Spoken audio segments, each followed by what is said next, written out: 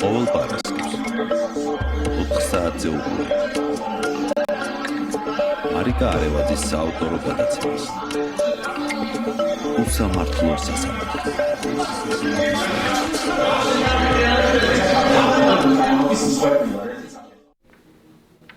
მოგესალმებით, დღეს პარასკევია და ტრადიციულად 4 საათზე ვხვდებით ერთმანეთს გირჩი ტივის ეთერში გადაცემით უსამართლო სასამართლო. მე მარიკა არევაძე გახლავართ მისი წამყვანი და დღევანდელ გადაცემაში ჩვენ ვისაუბრებთ რეჟიმის პატიმარ ნიკა კაციას საქმეზე მის ადვოკატთან ნინო ლომინაძესთან ერთად. ნინო, მოგესალმები პირველ რიგში და მოგესალმები მარიკა, ასევე მადლობა მოწვევისათვის. და სანამ შენთან გადმოვალ კითხვით და გავშლით ნიკა კაციას საქმეს, მანამ მინდა შესავალში ვისაუბრო მეგობარი აქტზე, რომელიც სულ რამდენიმე დღის წინ იქნა ორპარტიული მხარდაჭერით მიღებული, დღეს ის უკვე არის სენატში და ელოდება მის მორიგ მხარდაჭერას, როგორც ექსპერტები ვარაუდობენ, მას ეს მხარდაჭერა აუცილებლად ექნება, ვინაიდან პირველ ეტაპზე მას ჰქონდა სრული ორპარტიული მხარდაჭერა და ყველა იმ ადამიანის მხარდაჭერა, ვინც კი პოლიტიკურ ველზე ამერიკის შეერთებულ შტატებში რაიმე გადაწყვეტილების მიმღებია, როგორც შიდა ისე საგარეო პოლიტიკასთან მიმართებით. მეგობარი აქტი, რატომ მინდა რომ დღეს გამოვყო და გესაუბროთ მასზე, იმიტომ რომ ამ აქვს მნიშვნელოვანი გავლენა ადამიანის უფლებებზე და დემოკრატიაზე საქართველოში.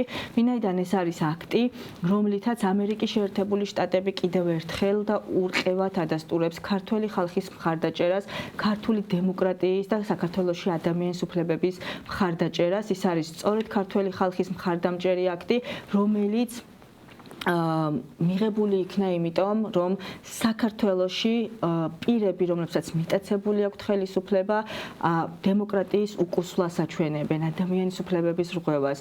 მათთვის დაამკვიდრეს შერჩევითი სამართალი და კანონის უზენაესობას აღარ აქვს მნიშვნელობა და ეს ყველაფერი რო აღდგეს და ადამიანებს საქართველოში, საქართველოს მოქალაქეებს მოგვეცეს ნორმალური ცხოვრების შესაძლებლობა, განვითარების შესაძლებლობა, სწორედ ამ აქტით იქნება ეს მხარდაჭერა ამერიკის შეერთებული შტატების მხრიდან უზრუნველყოფილი.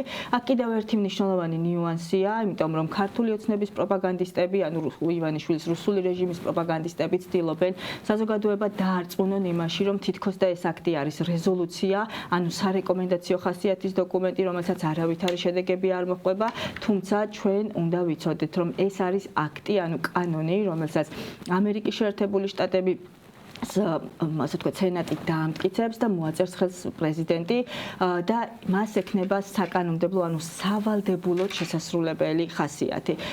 ეს აქტი მნიშვნელოვანია მით უმეტეს იმ ფონზე, რაც დღეს ხდება საქართველოში ადამიანის უფლებების რღვევის თვალსაზრისით და ადამიანის უფლებების რღვევის ერთ-ერთი მნიშვნელოვანი არის სწორედ მაგალითი ის რეჟიმის პატიმრები, რომელიც 50-ზე მეტი ყავს უკვე საქართველოში და დღეს სწორედ განვიხილავთ ერთ-ერთი მათგანის ნიკა კაციას საქმეს. ნინო, დაუბრუნდები, მოდი აღნიშნულ საკითხს, ნიკას შემთხვევას. ნიკა კეთილი, უწყინარი ადამიანი, ჟურნალისტი, რომელიც ერთშენიერ დღესაც აღმოჩნდა თურმე ნარკოტიკულ დანაშაულში ბრალდებული. რა შეგიძლიათ გითხრათ ნიკას საქმეზე, რამდენად რეალურია ის ბრალი, რომელიც მის წინააღმდეგ აქვს დღევანდელ პროკურატურას, ივანიშვილის პროკურატურას წარდგენილი? არ შემიძლია დავიწყო იქიდან საუბარი, როდესაც მე დამირეკეს და მითხრეს, რომ ნიკოლოზ კაცია იყო დაკავებული და შესაბამისად საჭიროებდა დახმარებას. ეს იყო 2024 წლის 7 დეკემბრის დილის 5 საათი, როდესაც უკვე წავედი იზოლატორში და როდესაც შევედი ნიკასთან, საკმაოდ ჩემთვის ასე ვთქვათ, უჩვეულო სიტუაცია დამხვდა. იქიდან გამომდინარე, რომ ადამიანი, რომელიც იზოლატორში, წინასწარი დაკავების იზოლატორში იყო მოთავსებული, მეუბნეოდა, რომ დაკავებული არ იყო. აქედან გამომდინარე, ჩემთვის გაუგებარი აღმოჩნდა, საერთოდ რატო იყო იქ. ამასთან ერთად ვკითხე, თუ რა საგამოძიებო მოქმედებები ჩატარდა, რა მოქმედებები განახორციელეს გამომძიებელმა, რომ მე თვითონ უბრალოდ მიმხვდარიყავი, თუ რასთან მქონდა საქმე. მეუბნეოდა, რომ ალბათ ადმინისტრაციული დამაკავეს, თორე არ ვიცი, ალბათ არ ვიცი სისხლზე რატომ მომედავებოდნენ და მე როდესაც მე საუბრა და მოვაყოლე დეტალურად ძალიან ასე ვთქვათ განერვირებული დაბნეული იყო და თავისთავად ცდილობდა რომ თვითონაც გაიგო ჩემგან თუ რა ხდებოდა. ამასთან ერთად ანუ მისთვის იყო სრულიად უცნობი თუ რა მიზეზით იყო დაკავებული და დაკავების დროს მას არავინ განუმარტა ის რომ იყო დაკავებული და საფუძველი თუ რატომ იყო დაკავებული შეგვიძლია ეს თქვა. რა თქმა უნდა მე მოვთხოვე მას თუ გადაეცა დაკავების ოქმით, რადგან მითხრა რომ არ ქონდა გადაცებული და თავისთავად უცნობი იყო თუ რატომ იყო მოთავსებული და მე ჭვიც კი გამიჩნდა ცოტა მიამიტური, მაგრამ იქნება და დაკავებიდან გაუშვებენ ხვალ თქო ვფიქრობდი რაიმე გაურკვევლობაა თქო, თუმცა მაინც ავხსენი რომ ნიკა თქო დაკავებული ხარ ვუხსნიდი ამ ფორმით შენ რადგანაც უკვე აქ ხარ დაკავებული ხარ. იმდენად არ ქონდა გაცნობიერებული და იმდენად არ თვლიდა რომ რის გამო შეიძლება და ყოფილიყო აქ მოთავსებული რომ მე მომიხდა იმის დარწმუნება რომ ნამდვილად დაკავებული იყო.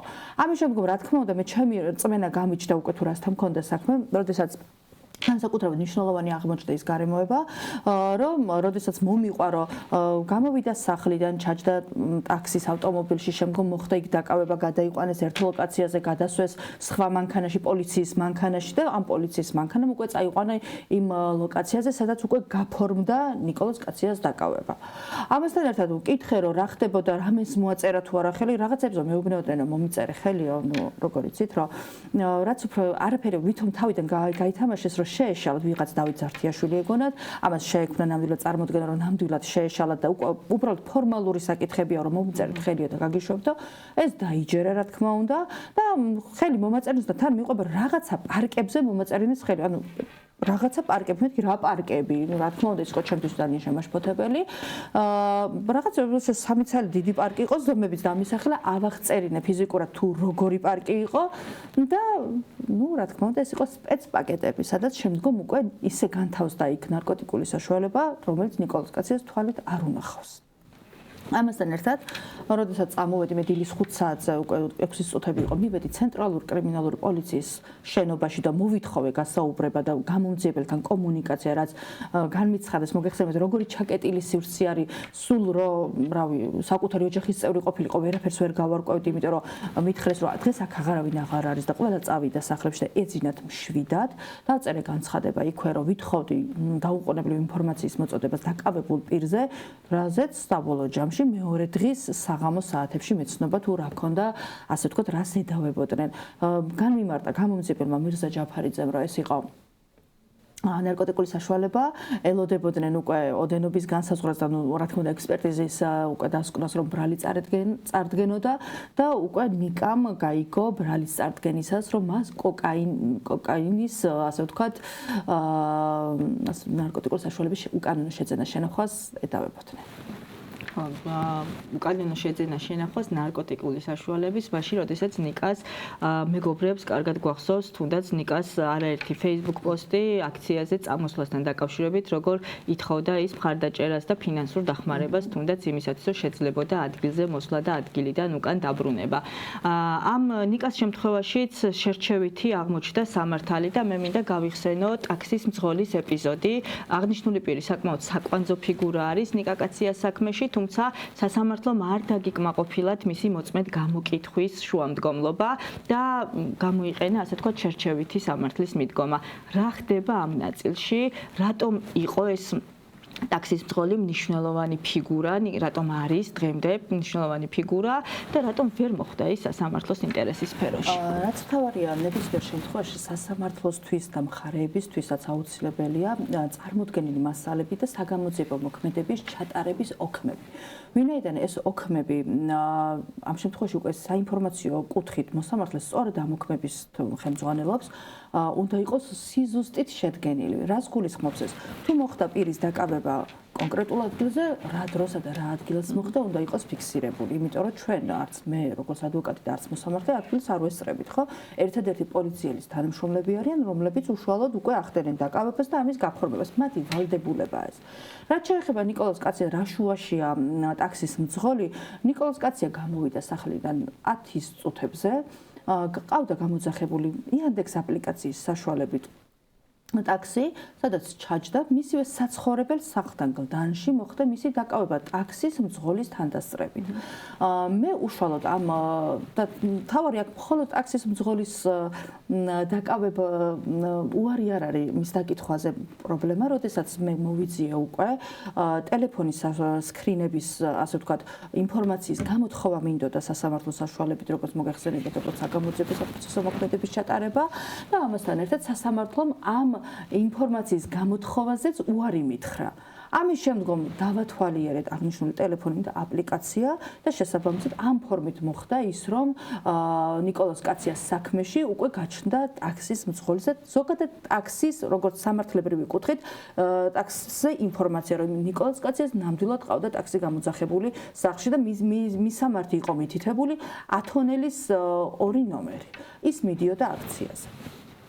აქედან გამომდინარე, შემდგომ უკვე მოხდა, რომ გავესაუბრეთ, მე თვითონ მოვიძიე ეს ინფორმაცია, რადგანაც უკვე აპლიკაციაზე წვდომა მქონდა და სხვადასხვა მოქმედებების შედეგად უკვე მოვიძიე, უშუალოდ ვინც იყო, ვისთან ერთადაც მოხდა დაკავება ნიკოლოზ კაციას მის საცხოვრებელ სახლთან და დავეკონტაქტე ამ პიროვნებას და ვთხოვე, რომ თუ მომცემდა, რა თქმა უნდა, გამოკითხვის უფლებას. ეს არის ნებაყოფლობითი მოგეხსენებათ და შესაბამისად უნდა მქონდეს კომუნიკაციის მეორე მხარის თანხმობა, რომ ამ საგამოძიებო მოქმედებაში მიიღოს მონაწილეობა.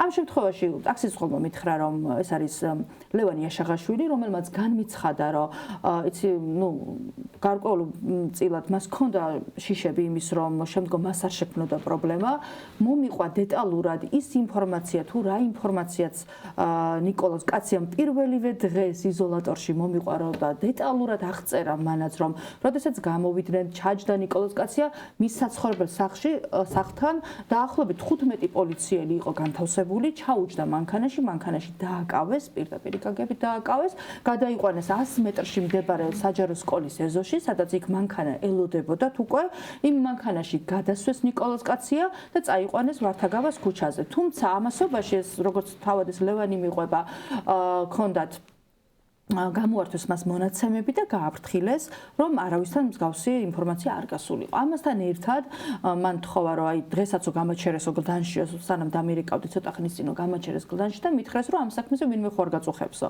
ანუ ინტერესი იყო და თავისთავად ამ პიროვნებამ განმიცხადა უარი და სადღაც მესმის კიდევაც რომ სადღაც რომ შეიძლება შეეშინდა, ან ლოგიკურ ახსნას უძებნით, თორემ გაგებით ვერ ვიგებ, რომ როცა ადამიანის თავისუფლების აღკვეთას ეხება საქმე, უკანონო პატიმრობას განსაკუთრებით. უკანონო პატიმრობას და მუხლს, რომელიც უვადო თავისუფლების აღკვეთას ითვალისწინებს და იქ დუმილი ჩემთვის არის უკვე დანაშაული, მაგრამ ლოგიკურად უბრალოდ ვაკავშირებ ფაქტებს და ეს ალოგიკური ქმედება არ არის ამას გულისხმობ. ამასთან ერთად ამ ლევანთან დაკავშირებით შემდგომ უკვე მოქმედება განვახორციელდა, რისი უფლებაც მაგრამ ეს არის სატელეფონო გასაუბრების ოქმი შევადგინე და შესაბამისად სასამართლოს მიუმართე, ვინაიდან მიცხადებდა უარს გამოკითხვაზე სასამართლოს წინაშე მაგისტრატ მოსამართლესთან დაკითხულიყო აღნიშნული პირი. სასამართლომ განმიმარტა ძალიან აბსურდული გადაწყვეტილებით კი არა და მიმართა, იმიტომ პირველ რიგში ვინ უნდა იყოს დაინტერესებული ამ შემთხვევაში, რა თქმა უნდა, მე არ გამომაქვს გადაწყვეტილება, სასამართლოს გამოვაქვს და სასამართლოსთვის უნდა იყოს ის მნიშვნელოვანი, რომ თუ არსებობს მოწმე, რომელიც პირს უდანაშაულობას ამტკიცებს, ან ამ ჩატარებული საგამოძიებო მოქმედებების უკანონობას, ხო, პირველ რიგში უნდა იყოს სასამართლო დაინტერესებული ამ შემთხვევაში, თუ ის უნდა რომ მოწოდების სიმაღლეზე იყოს, რა თქმა უნდა, როგორც სამართლის და მასაჯულების განმახორციელებელი ორგანო, ხო? ამ შემთხვევაში მოხდა რა პირიქით, არ ვიცი, ჩემდა გასაუგნო და ამასაც გამომარტავ თუ რატო იყო ჩემთვის გასაკვირი. მითხრა უარი მის გამოკითხვაზე, ვინაიდან მე არ მქონდა გამოკითხვის ოქმი შედგენილი.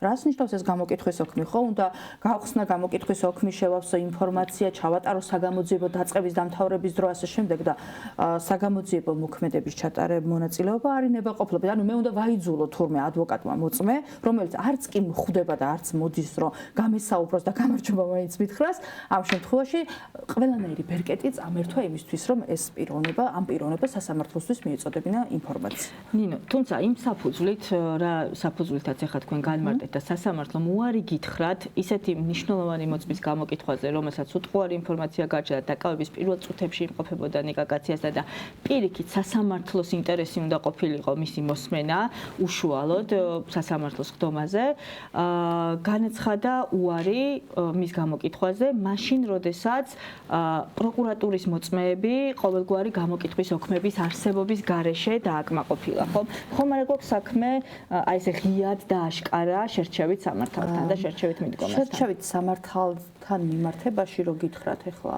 სხვისი მოყოლილი რო იყოს, ალბათ კიდე ქვეშ დავაყენებდი გარკვეულ საკითხებს და რატო? დეკემბრის თვეში დაახლოებით ეს იქნებოდა 10 ან 17 დეკემბერი მაქსიმუმ. მე უშუალოდ პირადად მე მივიღე მონაწილეობა მოწმის დაკითხვის მაგისტრატ მოსამართლის წინაშე დაკითხვის პროცესში. ვიყავი როგორც მონაწილე ადვოკატი. ამასთან ერთად ამ გამომძიებელთან მე პირადად მქონდა კომუნიკაცია და ვუთხარი და მე ვუთხარი რომ უარს აცხადებს გამოკითხვაზე. რა თქმა უნდა პირველად დაეკონტაქტდნენ მას და მე მან გადმომასმისავარდა ჩემთან და უკვე მე განვაცხადე უარი რომ დაებარებინა სასამართლოში. ამ პროცესში მივიღეთ მონაწილეობა ჩვენ საგამოძიებო ორგანოში. ფეხი არ მიგვიდგავს საერთოდ, არც კი მივახლოვებულოთ, ასე ვთქვათ. რა თქმა უნდა, ლოგიკურია, იმიტომ რომ აქამდე აპრობირებული მეთოდი რაც იყო, რომ სატელეფონო გასაუბრების ოქმით ეგ ფიქსირდებოდა თუ რა ინფორმაციას, ანუ საქმის მასალებით უნდა მტკიცდებოდეს, რომ რა ინფორმაციას ფლობს ამ შემთხვევაში მოწმე და რატოა მნიშვნელოვანი დაცვის ხარისთვის. ამ პროცედურის დაცვით გააკეთა გამომძიებელმა, მიმართა, შესაბამისად დაიკითხა მოწმე სასამართლოში. უკვე იანვარში მე მივმართავ ტაქსის მძღოლის დაკითხვაზე სასამართლოს წინაშე და ხდება რა მე მეუბნებიან უარსა შენ გამოკითხვის ოქმი არ გახსნილი, ანუ შევსებული. რა თქმა უნდა, ძალიან უცნაური შეგრძნება იყო, როგორც ჩემთვის, როგორც უფლებათა დამცველისთვის, რომ ამ შემთხვევაში შეიძლებოდა პროკურატურისთვის, მეორე შემთხვევაში, როგორც ადვოკატს მჭირდებოდა ეს მოწმე, ჩემთვის არ შეიძლებოდა.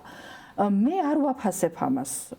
ეს არის შერჩევითი სამართალი, ამას ფაქტები აფასებს საერთო ჯამში და შესაბამისად მე ვერ დავიწყებ საწინააღმდეგოს მტკიცებას, ვინაიდან მე ვარ უშუალო მონაწილე ამ ორი განსხვავებული გადაწყვეტილების, როცა ბრალდების ხარი მიშუამდგომლად და როცა მე დაცვის ხარი მიშუამდგომლად. ეს ფაქტია, შეფასება არ არის. კიდევ ერთი მნიშვნელოვანი საკითხი, რომელიც გამოიკვეთა შენი საუბრიდანაც, მათ შორის არის დაკავების რეალური ადგილი, იმიტომ რომ მაგალითად სხვა საქმეებშიც არის ესე და მაგალითად შემიძლია ხალხებს გამახსენდეს საბას ხვიტარიძის საქმე, როდესაც რეალურად მისი დაკავება მაგალითად მოხდა ზესტაფონში და გაფორმებული არის საბუთებში სულ სხვა დროს თბილისის მთავარ სამმართველოში.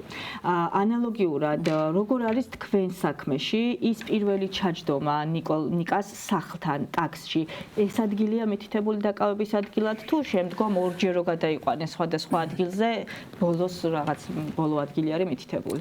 ნიკას შემთხვევაში, ნიკას როგორც ფაქტობრივი დაკავება, როგორც უკვე აღნიშნე, არის მისი საცხოვრებლის მიმდებარე ტერიტორია, ანუ სახლთან მარტივად რა ვთქვათ. თუმცა, ასე ვთქვათ, წარმოდგენილი მასალებით, დაახლოებით 1 კილომეტრში არის ადგილი, სადაც ნიკა კაცია ვითომ და დააკავეს. ახლა თქვენც ესწრებოდით პროცესებს და გემახსოვრებათ მოწმის ჩვენება, რომელმაც პატეკის ავტორი იძახის, რომ მიიღოს 2-8 საათზე ინფორმაცია და დაკავება არის 11-ს, რომ 10 წუთი აკლია. და რომ მიხვედით კითხვაზე, თვითონ პოლიციელის კითხვაზე რომ დავუსვით შეკითხვა, რომ მიხვედით თუ რას აკეთებდა ნიკოლოზ კაცი, წარმოიდგინეთ რამ ხელა შუალედია ინფორმაციასა და ფაქტობრივ დაკავებას შორის საქმის მასალები. რას აკეთებდა იდგა 3 საათი ნიკოლოზ კაცია 14 გრამი კოკაინით იდგა და ელოდებოდა პოლიციას. ხო თქვენ ეს რამდენად ლოგიკურად მიგაჩნიათ? თქვენ არა. ზოგადად რამდენად ლოგიკურად უნდა მივიჩნიოთ ეს ფაქტი და შესაბამისად ძალიან მნიშვნელოვანია როგორც უკვე აღნიშნე ის რომ რეალურად მისი დაკავება არ მომხდარა იმ ადგილზე. ნიკოლოზ კაცემ როგორც პირველივე დრიდან გამემართა დეტალურად ყველა ეს მტკიცებულება, რაც ფეხდაფეხ მოვდიოდით, ნებისმიერ შემთხვევაში ნიკა კაციას პოზიცია იყო გამყარებული. თუმცა პროკურატურა რასაც აჯიოტად უარყოფს რომ აღნიშნული ქმედებას ადგილი არ ქონია და კიდე მინდა ერთი რაღაც დავაბატო.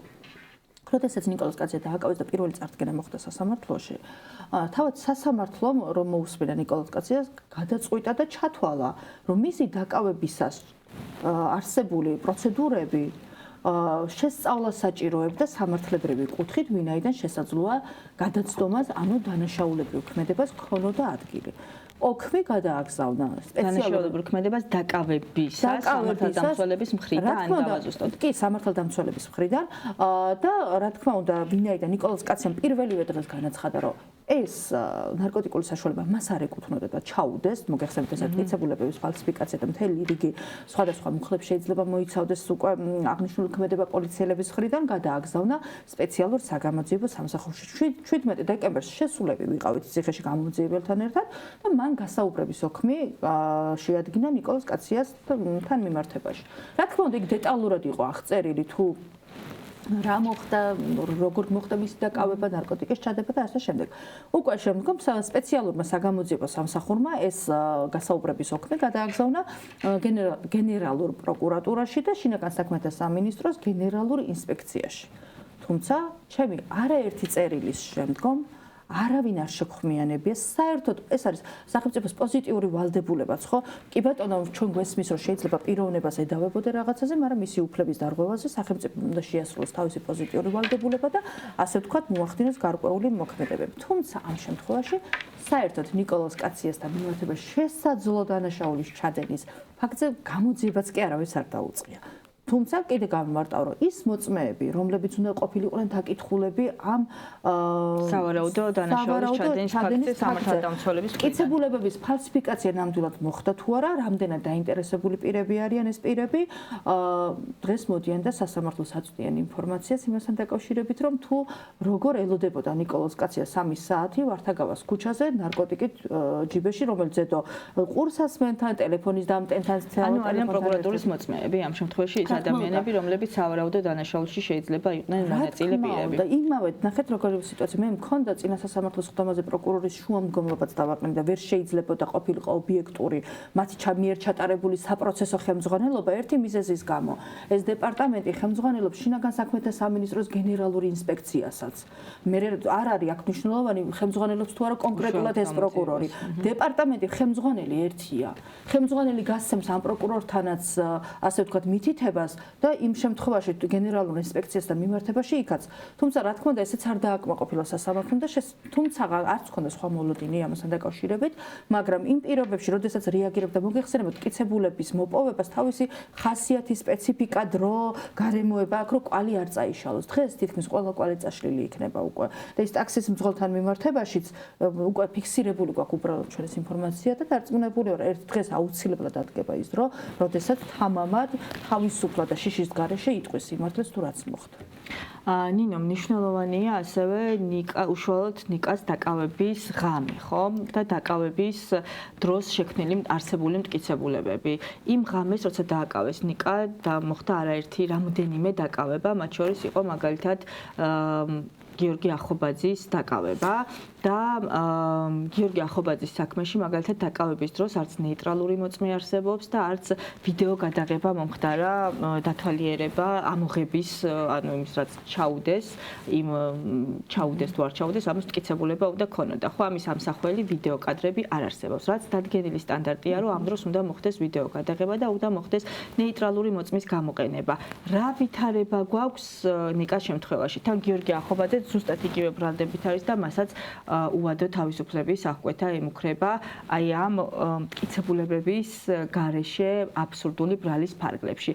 რა შემთხვევა გვაქვს ნიკა კაციას შემთხვევაში? ნიკა კაციასთან მიმართებაში ის მოგეხსენებათ როგორც უკვე აღნიშნე მიდიოდა აქციაზე, სხვათა შორის ეს იყო დღე, როცა მაკა ჩიხრაძეს პირდაპირ ეთერში და მის ოპერატორს თავს დაესხნენ და შესაბამისად ანუ ეს იყო ერთ-ერთი იმ წუთას ყოველდღე დადიოდა ის, მაგრამ ეს იყო მიზეზი, რომელიც დაუყოვნებლივ გამოიძახა ტაქსი და არაპირებდა არც არსად გადახვევას, არც არსად სხვაგან წასვლას, ერთ-ერთი იყო მოლოდინი და ესაუბრა თავის მეგობარი ელოდებოდა წასულიყო აქციაზე.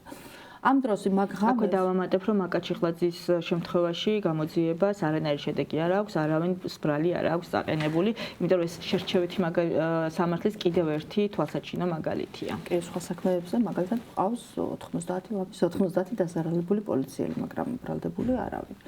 ბრალდებული პოლიციელების მხრივ ვკითხულობ არავინ, მიუხედავად იმისა, რომ რა ქმედებებს პირდაპირ ეთერში ვუყურეთ, რასაც აკეთებდნენ. რაც შეეხება უკვე ამ ნიკა კაციასთან მიმართებაში ნეიტრალური მტკიცებულების მოპოვების სტანდარტს, რა თქმა უნდა, საკონსტიტუციოს გადაწყვეტილებაა, სასამართლოს გადაწყვეტილებაა და საგამოძიებო ორგანოებს დაავალა, რომ პირადი ჩხრეკისაც უნდა იყოს აუცილებლად ვიდეო ან აუდიო გადაღება. ვიდეო გადაღება ძირითადად ან უნდა იყოს ნეიტრალური მოწმე, მაინც უნდა მონაწილეობდეს. ჩვენ შემთხვევაში, როდესაც იმ ღამეს საინტერესო ფაქტია, იმიტომ რომ მე თვითონ სპორტული ინტერესით თუ პროფესიული რო აღარ ჩავთვალე და მაინტერესა და შესაბამისად მოვიძიე ინფორმაცია, შევისწავლე, ასე ვთქვათ, დააკავეს გიორგი ახობაძე, დააკავეს ნიკოლოზ კაცია და დააკავეს აბრამოვი. ამ საქმეში იმ ღამეს გადაწყდა 3 ადამიანის დაკავება და დაკავებიდან 5 წუთის ინტერვალებით, საქმის თანმიმდევრული ნომრებით და შესაბამისად ერთი და იგივე ხელწერა. რაც გულისხმობს ეს, რომ არც ერთ საქმეში არ არის ვიდეო გადაღება, არც ერთ საქმეში არ არის ნეიტრალური მოწმე. რატომღაც აღმოჩნდა, რომ ყველა მოწმე იმყოფებოდნენ დიდ დიღომში იმ ღამეს. პოლიციელებს გულისხმობს. ანუ იმდენად ერთფეროვანია, რომ თითქოს ერთ კაცზე დაწერეს სცენარი, არ ვიცი, ეს ვარაუდია, ოღონდ და მე ამას მტკიცებით ფორმატს არ ვაძლევ. თითქოს დაიწერა ერთი ფორმატი და გაავრცელეს ყველაზე. ინდივიდუალურადაც კი არ დაიწერა სცენარი, ამის თქმა მინდა.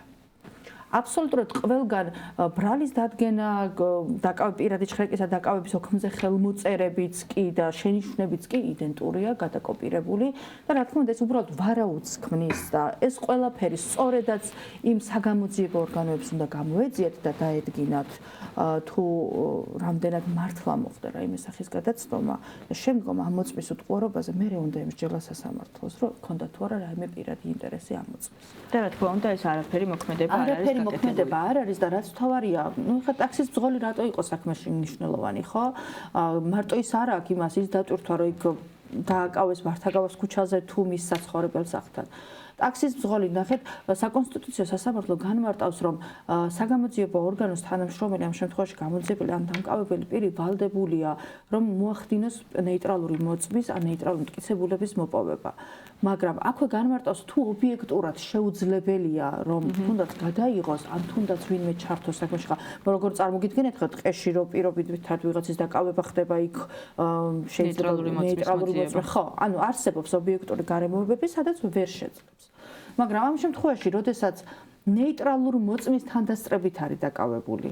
როდესაც ნეიტრალურ მოწმის იქვე ყავდათ და იციან ვინც არის და როგორც არის და საქმეში არ ფიგურირებს და გამომძიებელი მოდის. ეხლა იცით როგორიც მომენტი მაქვს, რომელიც რაღაც ძალიან ემოციურად მოქმედებს ის, რომ მე ველაპარაკე მძღოლს, ხო? მე მითხრა, რომ მასთან ერთად მოხდა და პოლიციელი მოწმე სასამართლოს წინაშე იკითხება და ამბობს რომ მე იქ არ ყოფილა. აპლიკაცია მაქვს ტელეფონი, სადაც ეს პიროვნება მიდასტურდება, რომ ნამდვილად იყო. და პოლიციელი ჩვენებას აძლევს, რომ ესეთ პიროვნება არ არსებობს. ანუ თქვენ რომ ეხლა მიმტკიცებდეთ, რომ მე ნინო არ ვარ.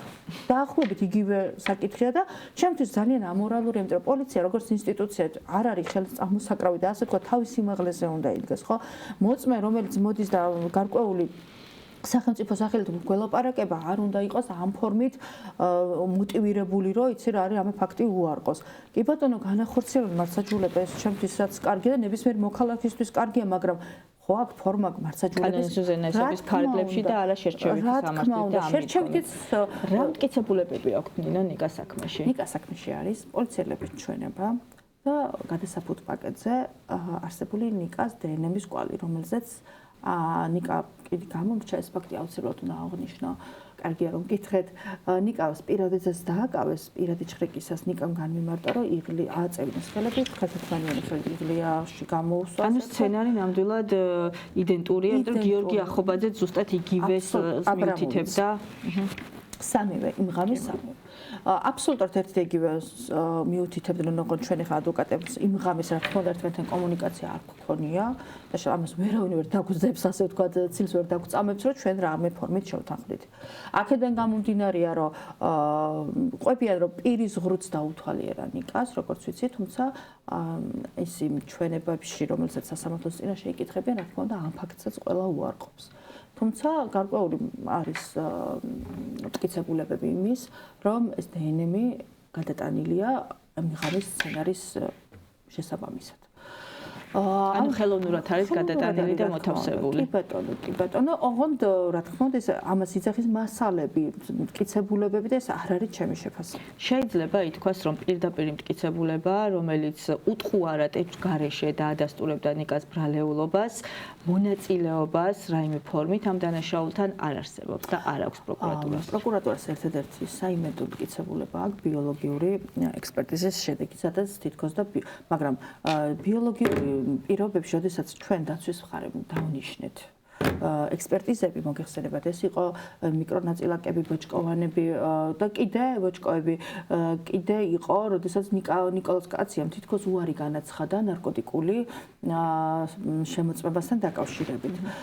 როდესაც და უკვე გადაიყვანეს იზოლატორში, მე პროკურორთან ვიშუამდგომლე, რომ თავად ჩაეტარებინე, იმიტომ რომ ნიკა მითხრა, რომ ესე თვითონ დამიწერეს, მომაწერეს და მე არ ვარ წინააღმდეგია და რა თქმა უნდა, ჩემთვის მნიშვნელოვანი იყო ამ ფაქტის დადგენა და მივმართე რომ ჩაუტარეთ, რასაც უარი გამიცა დადგენილებით და მე უკვე ვადებთან იყო მოგეხსენება დაკავშირებული 5 დღეს, მაქსიმუმ 5 დღეა რომ შეინარჩუნოს ბიოლოგიურ, ასე ვთქვათ, მასალაში აღმოჩნდეს და მე დავნიშნეთ მის ღერიდან, რაც 10 თვიან და შეიძლება კიდევ უფრო მეტ ინფორმაციას იძლევა, რა თქმა უნდა, ინდივიდუალური შეფასების ნაწილიც არის, მან რამდენხანი შეიძლება გაწვეს. თუმცა ის რომ მე როდესაც ადვოკატმა დავნიშნე და გავრისკე არ არის, ზუსტად ვიცოდი რომ არ ამოვიდოდა. იმიტომ რომ ზუსტად მქონდა მიღებული ინფორმაცია და გაფრთხილებული ყავდა ნიკა, რომ მე არ შემქონდა მე პრობლემა სტრატეგიის კუთხით და ნიკამ გადაჭრით მითხრა რომ გამორიცხულია მე ნარკოტიკული საშუალება ამომივიდეს, იმიტომ რომ არ ვარ მომხმარებელი. აქედან გამომდინარე მე ადვოკატმა დავნიშნე რაც დადგინდა მე პასუხით რომ ნიკოლოზ კაცი არანაირი ნარკოტიკული საშუალების მოხმარება არ უფიქსირდებოდა. ამასთან ერთად დავნიშნე დაქტილოსკოპიური ექსპერტიზა, რომელიც გულისხმობს რომ თითის კვალი ამოვიდეს. ამასთან ერთად, როდესაც ბიოლოგიური მასალა გვაქვს, მიჭირავს ხელში ხა ბიოლოგიური მასალა გადავიდა, რა თქმა უნდა, დნმ-ის სახით. აი, აქაც ბიოლოგიური მასალა ის სხვადასხვა სახობაზე კარგად აგვიხსნა მის პროცესიდან. ხა, არა იურისტებსაც რო სოდოდათ. კი ბატონო, ბიოლოგიურ მასალასთან ერთად, რა თქმა უნდა, თითის ანაბეჭდიც რჩება. გვაქვს ახლა რომ გადასაფუთ პაკეტზე, სადაც 14 გრამი, არა 20 გრამი იყო, უბრალოდ ფუძე არის 14 გრამ ნახევარი. კოკაინი ამოვიდა, ამ შემთხვევაში გვაქვს დნმ მასზე და არ არის თითის ანაბეჭდი. ლოგიკური ახსნა ამას, რა თქმა უნდა, მე ვერ დავარქმევდი, რომ რა ფორმით შეიძლება არ კონდეს, როდესაც თვითონ პაკეტის ხასიათი როგორც არის, რომ ხავიანი ზედაპირი როცა იქ რთულია ამოვიდეს, მაგრამ პაკეტი, რომელზეც შეიძლება რომ თითის კვალი გაჩნდეს, ნამდვილად ასეთი წახნაგოვანი, ასე ვთქვათ, სწორ ზედაპირია. აქედან გამომდინარე საქმეში მტკიცებულებები რაც გვაქვს, მე მახსოვს გააკეთა მელაძის გადაცემა იყო, სადაც აბსოლუტურად დაიკონტაქტდნენ ისინი და ჩაწერეს ეს პიროვნება, ვინც იყო ტაქსის წოლი, რომელიც იძახდა, რომ მასთან ერთად დააკავეს, გადაიყვანეს და იმ პროცედურებს დეტალურად აღწერდა იმ მოქმედებებს, რაზეც ნიკოლოზ კაცია პირველივე დღიდან მიუთითებდა. შემდგომ მე ეს გვერდი დავათვალიერე. დათვალიერება ჩავატარე და მივმართე სასამართლოს და მოვითხოვე რომ ვიდეო მასალის დართვა, დათვალიერების ოქმის დართვა და მარიამ გაფრინდაშვილის და კიდევ ამ მოწმის დაკითხვის შუამდგომლობა დავაყენე, რასაც უარი მითხრა. თუმცა დათვალიერების ოქმი საქმეში დასაშვებად ცნო, სადაც მოწმე დეტალურად ლაპარაკობს ნიკოლოზ კაციას ასე თქვა განხორციელებულ ქმედებებთან მიმართებაში. რაც შეეხება კიდე სხვა მტკიცებულებებს, ერთობლიობაში ის გარემოება, რომ ვიდეო გადაღება არ არსებობს და მოწმემ განაცხადა, რომ ცდილობაც კი არ ქონიათ. თქვენ როგორ წარმოგიდგენიათ, არც ისე გვიანი არ არის, რომ დასახლებულ პუნქტში ერთი ადამიანი ვერ მოიძებნა, ვისაც დაასწრებდნენ საგამოძიებო მოქმედებაში. ყოველგვარ ლოგიკას ცდება საერთო ჯამში და ამასთან ერთად მინდა გავმარტო, როდესაც პირველი წარდგენისას იყო ჩვენი მოსამართლე, რომელიც დღეს განიხილავს არსებითად. სწორედ ამ მოსამართლემ გადააგზავნა შესასწავლად ფაქტები, თუმცა დღემდე პროკურატურას არანაირი შედეგი არ მოუტანია ისევ ამ მოსამართლისთვის. და მოსამართლეს არ უჩნდება ამასთან დაკავშირებით კითხვები ან ინტერესი კონკრეტულ საქმესთან მიმართებით. მოსამართლეს არ კითხულობს, თუმცა მე, რა თქმა უნდა, ამას ჩემი მიმართვებით მაქსიმალურად ყველა დეტალს უკვე საქმეში არის, რომ ვითხოვთ გამოძიებას, რომ რეაგირებას და მაცნობონ უბრალოდ რომ რა მოხდა და საერთოდ მოხდა თუ არა რამე, ან აწერია თუ არა ვინმეს განცხადება, მაგრამ როგორც 7 დეკემბრის დაკავების ფაქტზე 10 დეკემბერს გადაეგზავნა. დღემდე არავინ არ შეგხმიანებია ჩვენ და მართლა მოხდა, ისეც კი არავის არ უკითხავს ნიკასთვის. ნიკას შემთხვევაშიც, როგორც რეჟიმის ყველა სხვა დანარჩენი პატიმრის შემთხვევაში, გამოყენებულია სასამართლოს მხრიდან წინასწარი პატიმრობა. რამდენად იყო წინასწარი პატიმრობის საფუძვლები სახეზე და რამდენად იყო შესაძლებლობა, რომ პირიქით სხვა უფრო მსუბუქი აღკვეთი ზომა ყოფილიყო გამოყენებული ინდივიდუალურად ნიკოლოზ კაციას შემთხვევაში. მოგეხსენებათ, ბრალდების მხარემ შუამდგომლობა, ანუ შუამდგომლობისას დასაბუთება გააკეთა, სუსტი დასაბუთება ჰქონდა, რა თქმა უნდა, იმიტომ რომ როგორც წესი, როდესაც შუამდგომლობას აყენებს ბრალდების მხარე და ასაბუთი მას რეალურად მას აკტკიცების ტვირთი და ჩვენ არ უნდა ვამტკიცოთ პროცესზე რომ მოხდება თუ არ მოხდება. ან ნაკლებად მსუბუქი აღკვეთი ღონისება რამდენად უზრუნველყოფს ან არ უზრუნველყოფს ამ მიზნების მიღწევას. ამ შემთხვევაში ბრალდების მხარემ, როდესაც შუამდგომლა და დააყენა და განმარტა, რომ კიდე სხვა საგამოძიებო მოქმედებები ქონდა ჩასატარებელი და დასადგენი იყო მთელი რიგი გარემოებები, რომ გასაღება სხვა ქონდა მცდელობას ან რაიმე ფორმით ადგილი და ასე შემდეგ, იმ მომენტში სასამართლომ სარწმუნოდ მიიჩნია, როგორც განმარტა, რომ შესაძლოა ბრალდების მხარის მიერ, ასე ვთქვათ, სამომავლო გამოძიების უზრუნველყოფის მიზნით ყოფილიყო აღკვეთი ღონისება პატიმრობა გამოყენებული. თუმცა ამ შემთხვევაში, როგორც ასეთი ნიკოლოზ კაცია არ იყო ადმინისტრაციულ სამართალ დადებული პირიც კი, არათუ ნასამართლელი. არ შეინიშნებოდა არანაირ დანაშაულებრივ ქმედებაში. მოგეხსენებათ, ახლა ნიკოლოზ კაცია ერთადერთი მისი საქმიანობა იყო ჟურნალისტური საქმიანობა და ასე ვთქვათ, სატელევიზიო სივრცე. მაგრამ სასამართლომ არ გაითვალისწინა არც ერთი გარემოება და მხოლოდ იმაზე მითითებით, რომ კაცრად სასჯელს ითვალისწინებს და მიიმალება პიროვნება, ეს არ არის მყარი არგუმენტი იმისთვის, რომ პირი იყოს პატიმრობაში. თუმცა არა მარტო ნიკოლოზ კაციას შემთხვევაში, არამედ ზოგადად ნებისმიერ საქმეში დამყარებული სტანდარტები აბსოლუტურად ვერ უზრუნველყოფს იმ სამართლის და მართლმსაჯულების განხორციელების მიზნებს, არ ემსახურება, არ ვიცი, შიშიდან გამომდინარე, რომ ვინმე მართლა არ გაიქცეს თუ რაიმე არ ვიცი, ხელწერა არის ერთი და იგივე და მიუთითებს მიმართულია თავისუფალი მოქალაქეების დასჯაზე, რაც არის რეალური მიზეზი ალბათ სწორედ ამის, იმიტომ რომ არაერთი რეჟიმის პატიმრის საქმე გავაშუქეთ, არაერთს პირადად ვიცნობ და მომავალშიც გავაშუქებთ ამ გადაცემის ფარგლებში, არსად არ არსებობს უტყუარი საფუძველი და მყარი საფუძველი იმისა, რომ გამოყენებული ყოფილიყო ყველაზე მძიმე ფორმა აღკვეთი ღონისძიების, თუმცა ყველა შემთხვევაში გამოყენებულია ეს. ნინო, ჩვენი გადაცემაც დასასრულს უახლოვდება და სწრაფად გავიდა დრო ამ შემთხვევაშიც რაიმე ხომ არ არის ის მნიშვნელოვანი გარემოება, რომელიც საჭიროა რომ იცოდეს მაყურებელმა და რომელიც შეეხება ნიკოლოზ კაციას საქმეს. ნიკოლოზ კაციას საქმეში ძალიან მნიშვნელოვანი შეჯამება რო გავაკეთოთ. არ არსებობს უტყუარი მტკიცებულება, როგორც უკვე ვთქვი.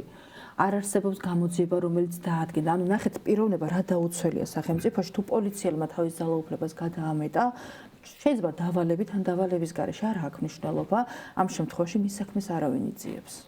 აი ეს არის მთელი ტრაგედია ამის, რომ გვაყავს პიროვნება, მეორე მხარეს გვაყავს სახელმწიფო, რომელიც არაფერს არ აკეთებს, რომ ამ პიროვნების მიერ მიწოდებული ინფორმაცია შეისწავლოს უბრალოდ და რაიმე სახის რესურსი დახარჯოს. ეს არ არის მარტო ნიკოლოზ კაცია. შეიძლება ნებისმიერ სხვა პირი ხვალ იგივე მდგომარეობაში აღმოჩნდეს და უბრალოდ ტრაგედიაა ის, რომ ამაზე არ ქონდეს მოქალაქეს რეაქცია. მადლობა ნინო, დაგემშვიდობები, თუმცა სანამ მაყურებელს დავემშვიდობები, მანამ მინდა შეგახსენოთ, რომ დღეს არის 9 მაისი, არის ევროპის დღე და მნიშვნელოვანია ჩვენი მხრიდან, მოქალაქეების მხრიდან, პროდასავლური ადამიანების მხრიდან კიდევ ერთხელ დავანახოთ ჩვენს მეგობარ ევროკავშირს და ევროპულ ქვეყნებს ჩვენი ძლიერი ხმა. ამიტომ გელოდებით დღეს და ერთმანეთს შევხვდებით დღეს ევროპის მოედანზე. ჩვენი კოალიცია კი დაიძრება უშუალოდ ავლაბრის მეტროდან და შეუერთდებით თავისუფალ მოქალაქეებს სწორედ ევროპის მოედანზე მარშით. დაგემშვიდობებით მომავალ პარასკევამდე. ყოველ პარასკევს 4 საათზე უკვლევ მარიკა არევაძის საავტორო გადაცემას. უსამართლო სასამართლო.